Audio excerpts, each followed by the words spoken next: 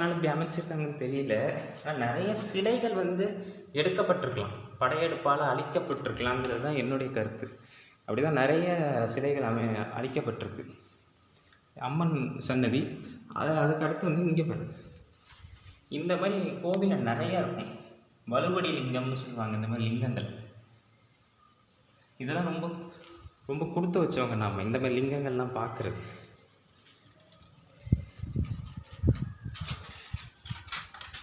அதேமாரி இந்த கோவிலில் இன்னொரு சிறப்பு என்ன அப்படின்னா, ஒரு குறிப்பிட்ட கோவில்களில் மட்டும்தான் ராகு கேது இணைந்திருப்பாங்க. அதாவது ஒரே கருவறையில் வந்து 2 பேருமே இணைஞ்சிருப்பாங்க. இந்த கோவிலையும் இருக்காங்க.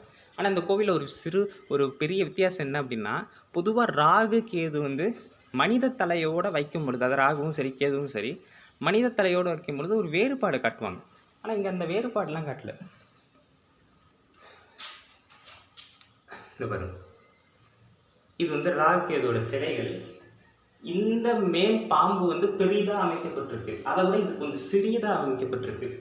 இது எதை குறிக்குதுன்னா, இது ராகு இது கேதுங்க, அது மட்டும் தெளிவாக தெரியுது.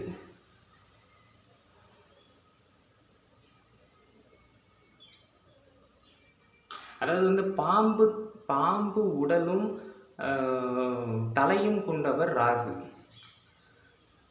பாம்பு தலையும் மனித உடலும் கொண்டவர் கேது. அந்த அடிப்படையில் இந்த பாம்புகளை வைத்து இதில் டிஃப்ரென்ஷியேட் பண்ணுறாங்க. நமக்கு நல்லா பார்த்துக்கோங்க. ராகு கேது ஒரே இதில் இருக்கிறது இங்கே மட்டும்தான். இதில் பெரிய கூத்து என்ன அப்படின்னா, இதில் 2 தாடி இருக்கிற மாதிரி எடுத்திருக்காங்க. அது ரொம்ப பெருசாக. இது வரைக்கும் நான் இந்த மாதிரி சிலைகள் பார்த்ததில்லை ராகு கேது. அதுவும் பொதுவாக மகாலட்சுமி இங்கேருந்தே பாருங்களேன், எவ்வளோ அழகாக அந்த தூங்கானை கோவில் அமைத்திருக்காங்க பாருங்க. இதுதான் தூங்கானை கோவில். ஏதாவது யானை வந்து படுத்திருக்கிற மாதிரி தெரியும்.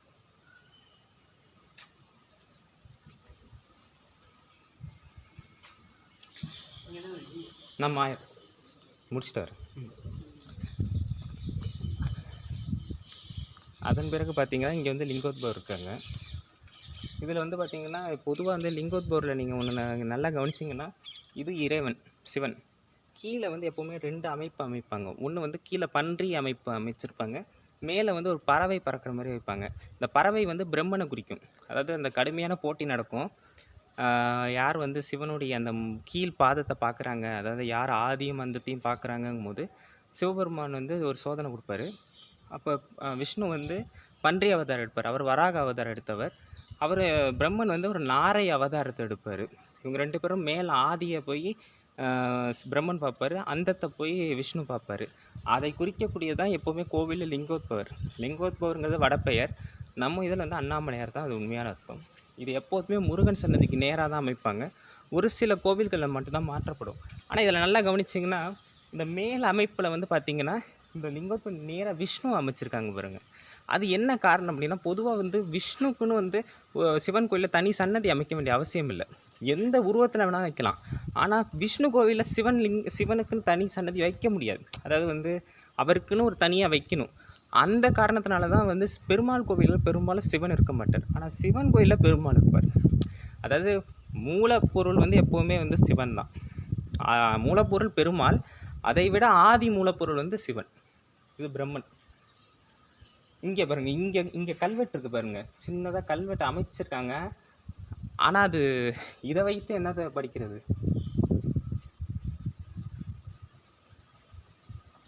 ஏன்னா கல்வெட்டுங்கிறது வந்து பார்த்திங்கன்னா எல்லாம் ஒரே ஆர்டராக இருந்தால் தான் படிக்க முடியும். இது வந்து இந்த காலப்போக்கில் வந்து அந்த எழுத்துக்கள்லாம் மறைஞ்சிருக்கு பாருங்கள்.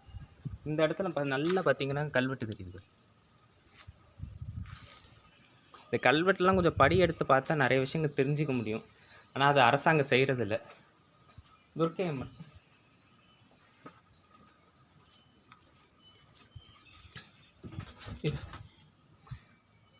சண்டிகேஸ்வரர் அவ்வளோலாம் பூந்து கிடக்கு. கோவிலோட அமைப்பு அவ்வளோதாங்க. நான் வந்து இண்டு முடுக்கு சந்திலெலாம் தேடி பார்த்துட்டேன், கல்வெட்டு ஒரு இடத்துல கூட கல்வெட்டு இல்லை. அதுதான் ஒரு சிறு வருத்தம். மற்றபடி நிறைய விஷயங்கள் தெரிஞ்சிக்க முடிஞ்சது.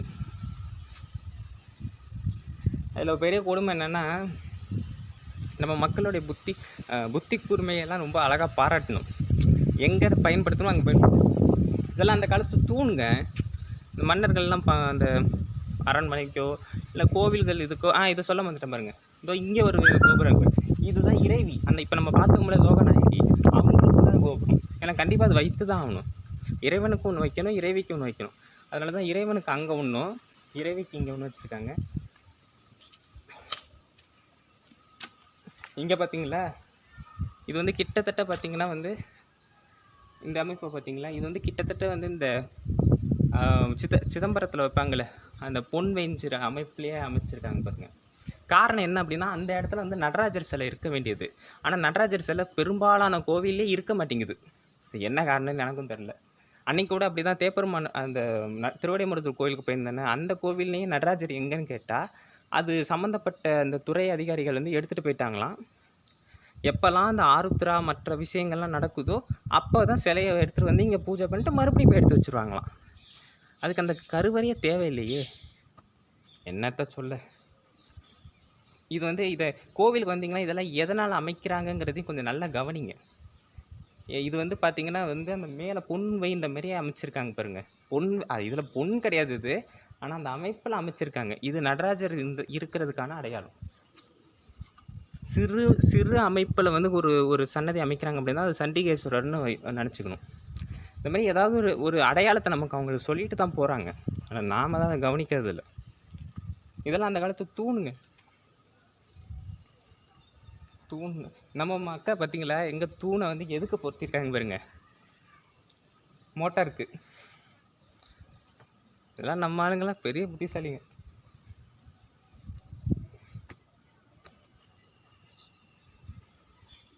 அதுக்கப்புறம் அங்கே ஒரு தூண் இருக்குது. தூணில் ஏதாவது கல்வெட்டு இருக்குமா பார்த்தா அதுலேயும் கல்வெட்டு இல்லை. அப்புறம் வெறுத்துட்டேன். இது வந்து கோபுரங்க. அதுக்கப்புறம் அதை காட்ட வந்துட்டேன். முக்கியமானது வந்து இதுதான். இந்த நானும் இந்த கோவிலை பற்றி நிறைய தேடி பார்க்கும்பொழுது பொதுவாகவே வந்து இந்த கோவிலில் இருக்கக்கூடிய சிற்ப விஷயங்களை கொஞ்சம் அதிகமாக வந்து யாராவது பார்த்தீங்க அப்படின்னா பகிருங்க. ஏன்னா அதுதான் ரொம்ப முக்கியமானது. அந்த கோவிலில் என்ன சிறப்பு இருக்குங்கிறத அதை நிறைய தெரிஞ்சுக்க முடியும். இங்கே பாருங்கள், இங்கே ஒரு 4 தேவியர்கள் வணங்குற மாதிரி இருக்குது. 4 தேவியர்கள் வணங்குற மாதிரி இருக்குது. இது எதை குறிக்குதுன்னு எனக்கும் தெரியல. இதே மாதிரி இங்கே 2 தேவியர்கள் வணங்குறாங்க. ஆனால் இவங்க எல்லாருமே வந்து அந்த காலத்தில் பெண்கள் ஒரு கொண்டை அணிவாங்களே அந்த மாதிரி தான் அணிகிறாங்க. இங்கே பாருங்கள், சிவலிங்கம். இங்கே ஒருத்தர் வந்து ஜடாமுடி வைத்திருக்கிறார், வணங்குற மாதிரி இருக்குது. இங்கே ஒரு இறைவி இருக்காங்க, ஒரு பெண் இருக்காங்க, அவங்களும் வணங்குறாங்க. எதையோ கட்டி பிடிச்சிருக்கிற மாதிரி இருக்குது. இது வந்து என்னன்னு எனக்கு தெரில. இது ரொம்ப ஆச்சரியமாக இருக்குது. என்ன சிற்பம் குறிக்குதுன்னே தெரில.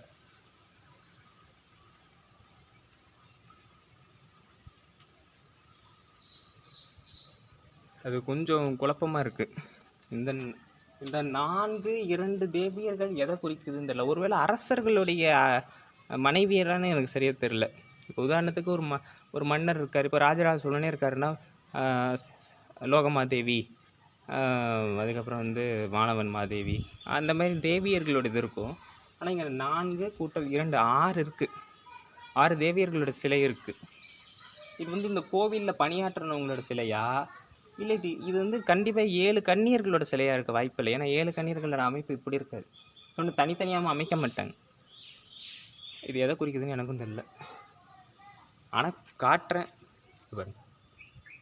இங்கே ஒரு 4 தேவியர்கள், இங்கே ஒரு 2 தேவியர்கள், அப்புறம் இந்த சிற்பம்.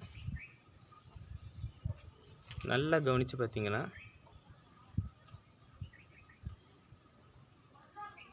ஒரு தேவி வந்து எதையோ ஒன்று கட்டி பிடிச்சிருக்க மாதிரி இருக்குது. இல்லை இது ஒரு மனிதன் மாதிரி தான் தெரியுது. ஆக்சுவலாக நல்லா இப்போ கவனிச்சிங்கன்னா இது ஒரு மனிதன் மாதிரி தான் தெரியுது.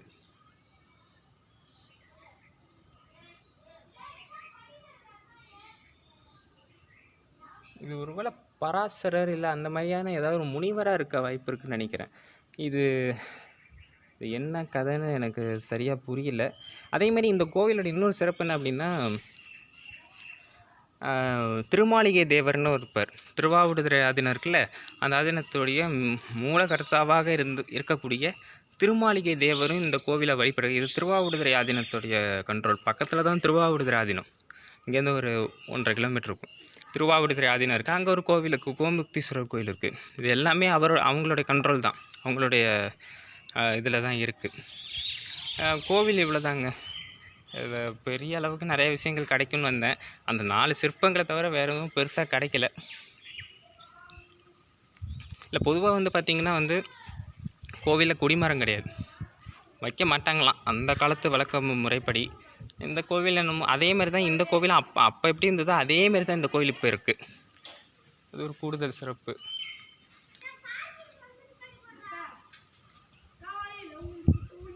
தாங்க இந்த கோவில் வந்து பார்த்திங்கன்னா அந்த காலத்தில் வந்து படையெடுப்புனால தான் அழிக்கப்பட்டது.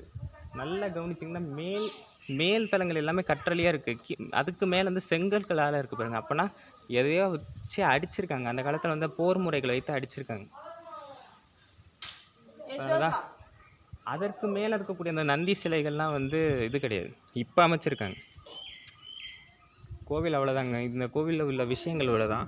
அந்த சிற்பங்கள் மட்டும் என்னென்னு நான் கொஞ்சம் பார்த்துட்டு வரேன். அதில் கடைசி சிற்பம் எனக்கு சுத்தமாக புரியல. அது என்ன கதையை குறிக்குதுன்னு எனக்கு இன்ன வரைக்கும் புரிய மாட்டேங்குது. நானும் தேடி பார்க்குறேன், ஒன்றுமே புரிய மாட்டேங்குது. சின்ன வயசில் அந்த கோவில் நான் வந்திருக்கேன், அது ஒரே ஒரு முறை தான் வந்திருக்கேன். இந்த சிற்பம் தான் எனக்கு புரிய மாட்டேங்குது. இது சிற்பமே புரிய மாட்டேங்குது, இதில் சிமெண்ட்டை வேற பூசி வச்சுருக்காங்க. இது என்ன புரியும் நமக்கு? ஏதாவது கதையாக தான் இருக்குது. அதே மாதிரி இங்கே நல்லா கவனிச்சிங்கன்னா இது கையில் ஏதோ இந்த கையில் ஏதோ வந்து ஒரு கத்தி மாதிரி வச்சுருக்காங்க. ஒருவேளை இது தலை அறுக்கப்பட்டு இதுலேருந்து அந்த வர ரத்தமா, அது என்ன கான்செப்டுன்னே புரிய மாட்டேங்குது. உங்களுக்கு தெரிஞ்சால் சொல்லுங்கள். அப்புறம் இந்த கோவில் வந்து பார்த்திங்கன்னா வந்து 2 லிங்கங்கள் என்னென்ன இருக்குங்கிறத முதலேருந்து சொல்கிறேன். சோழலிங்கம் இருக்குது, அதுக்கப்புறம் வந்து நரசிம்மர் வழிபட்ட அந்த லிங்கத்தோட சிற்பம் இருக்குது. முக்கியமாக இந்த கோவிலோட லிங்கம் வந்து மிகப்பெரிய லிங்கம், நான் பார்த்ததுலேயே ரொம்ப மிகப்பெரிய லிங்கம். அதாவது வந்து உயரத்தில் இல்லை, அந்த பரப்பளவில் அகலத்தில் கொஞ்சம் பெரியதாக இருக்குது. அதே மாதிரி இந்த கோவிலில் வந்து எனக்கு தெரிஞ்ச வேப்ப மரத்தை தான் வந்து தலைமரமாக வச்சுருக்காங்க. அதுக்கப்புறம் வந்து பார்த்திங்கன்னா இந்த தூங்கானை கோவில், அவ்வளோதான் சிறப்புங்க, வேறு ஒன்றும் பெருசாக இல்லை. அதுக்கப்புறம் வந்து இது மொட்டை கோவில், வேறு ஒன்றும் பெரிதாக இல்லை. இந்த தகவல் எல்லாருக்கும் பகிருங்க. நன்றி, வணக்கம்.